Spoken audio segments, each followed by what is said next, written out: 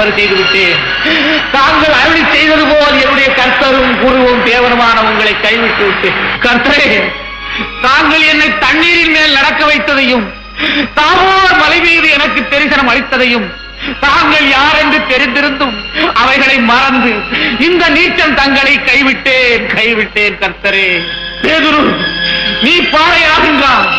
உன் மீது என் சபையை ஸ்தாபிப்பேன், சொர்க்கராஜ்யத்தின் திறவுகோலை உனக்கு கொடுப்பேன் என்று சொன்ன வாக்குறுதிகளுக்கும் அனுக்கிரகத்திற்குமா நான் இவ்வளவு கேவலமாக நடந்து கொள்ள வேண்டும்?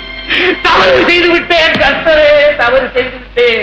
என்னை மன்னிப்பீராக கர்த்தரே.